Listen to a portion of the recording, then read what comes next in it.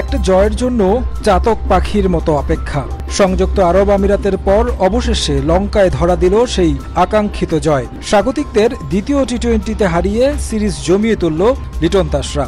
6 match পর জয়ের হাসি টাইগার শিবিরে।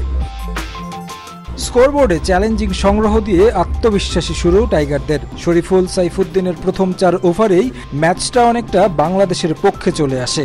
লঙ্কান টপ অর্ডারের 3 উইকেট তুলে নেয় বাংলাদেশ।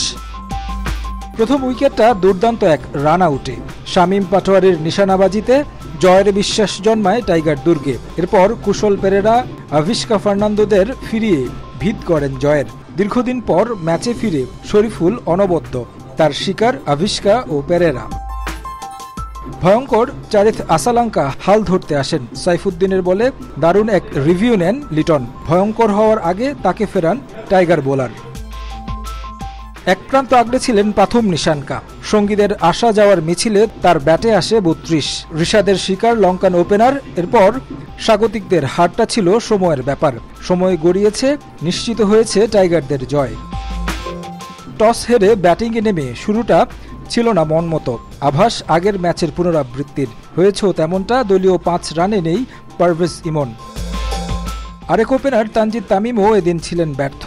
ফিরে যান ব্যক্তিগত 5 রানে। দলীয় 7 রানে নেই 2 উইকেট। ব্যাটিং বিপর্যয়ের শঙ্কা টাইগার শিবিরে।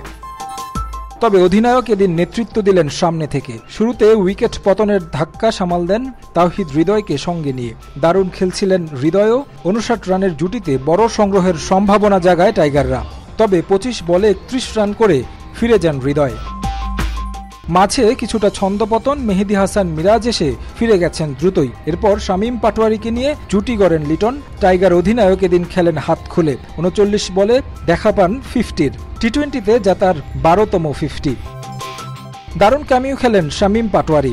এক প্রান্ত থেকে 4 ছক্কা হাঁকান, এগিয়ে যান 50-র পথে। লিটন 50 করে আরও মারমুখী। সেঞ্চুরির পথে এগুলেও তাকে থামতে হয়েছে 76 রান করে। 50 বলে তার আত্মবিশ্বাসী ইনিংস টাইগারদের দিয়েছে জয়ের ভিত। শেষ দিকে শামীম 50 পাননি। 48 রানে ফিরে গেছেন নন স্ট্রাইকে থেকে রান আউট হয়ে। 20 ওভার শেষে 177 রান জমা করে বাংলাদেশ, যার কাছাকাছিও যেতে পারেনি লঙ্কানরা। দলগত পারফরমেন্সে আত্মবিশ্বাসী জয়। রানের বিচারে যা দ্বিতীয় সর্বোচ্চ টি-20তে। ডাম্বুলায় পাওয়া আত্মবিশ্বাসটা এখন সিরিজ জয়ে পরিণত করতে পারবে তো বাংলাদেশ কলম্বোতে? সেটাই এখন দেখার অপেক্ষা। Tarique Hasan Shimul, Somoy Sangbad, Rangiri Dambulla international cricket stadium, Sri Lanka.